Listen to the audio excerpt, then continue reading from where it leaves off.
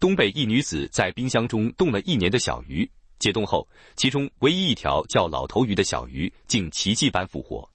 竟然老头鱼冻了一冬天，等于冻了1年呢。去年夏天时候捞的，冻了1年，咱看看这老头鱼活了。